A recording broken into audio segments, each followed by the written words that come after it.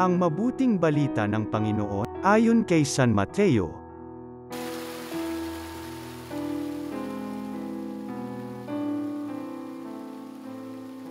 Matapos mabusog ang mga tao, agad pinasakay ni Jesus sa bangka ang kanyang mga alagad at pinauna sa kabilang ibayo samantalang pinauuwi niya ang mga tao.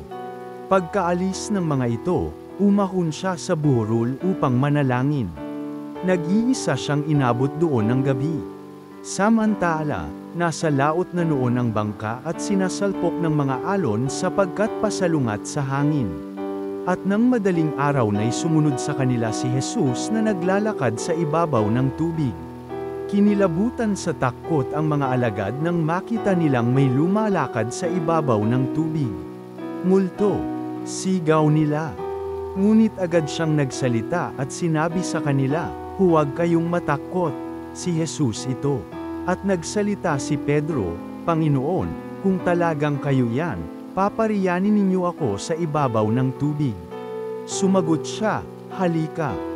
Kaya't lumunsad si Pedro sa bangka at lumakad sa ibabaw ng tubig, palapit kay Jesus. Ngunit nang mapansin niya ang hangin, siya'y natakot at nagsimulang lumubog. "Sagipin ninyo ako, Panginoon," sigaw niya. Agad siyang inabot ni Jesus. "Napakaliit ng iyong pananalig," sabi niya kay Pedro. "Bakit ka nag-alinlangan?" Pagkasakay nila sa bangka, tumigil ang hangin. At sinamba siya ng mga nasa bangka. "Tunay na kayo ang anak ng Diyos," sabi nila. Tumawid sila ng lawa, at dumaong sa Hini-Sarit. Nakilala si Jesus ng mga taga-ruan. Agad nilang ipinamalita sa buong palibot ng lupaing iyon ang pagdating ni Jesus kaya't dinala nila sa kanya ang lahat ng may sakit. Hiniling nila sa kanya na ipahipo man lamang sa mga may sakit kahit ang laylay yan ng kanyang kasuutan. At lahat ng makahipo nito ay gumagaling. Ang mabuting balita ng Panginoon.